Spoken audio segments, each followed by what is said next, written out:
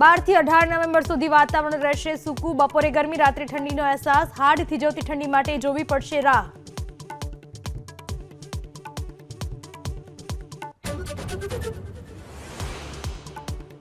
અમદાવાદમાં ચાલતી construction site ઉપર ચાલતી વેલ્ડિંગની કામગીરીને લઈને એએમસીનો નિર્ણય. વેલ્ડર અથવા વેલ્ડિંગ એજન્સીના કર્મચારીઓનું રજીસ્ટ્રેશન ફરજિયાત. તાલીમ પણ અપાશે.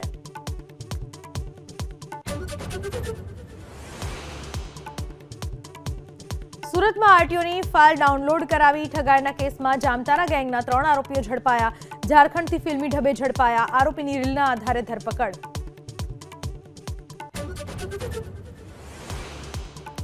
બનાસકાંઠાના દાંતાની ખાનગી હોસ્પિટલ્સમાં આરોગ્ય વિભાગનું ચેકિંગ. હોમિયોપેથીના દવાખાનામાં એલોપેથીની સારવાર થતી હોવાનો ખુલાસો. એક્સપાયર્ડ દવાઓ પણ મળી આવી.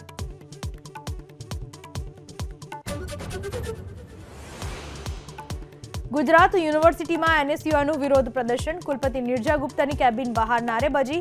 શ્વેતલ સુતરિયા સામે ફરિયાદ નોંધવા અને આશિષ અમીનનું સભ્યપદ રદ કરવા માંગ.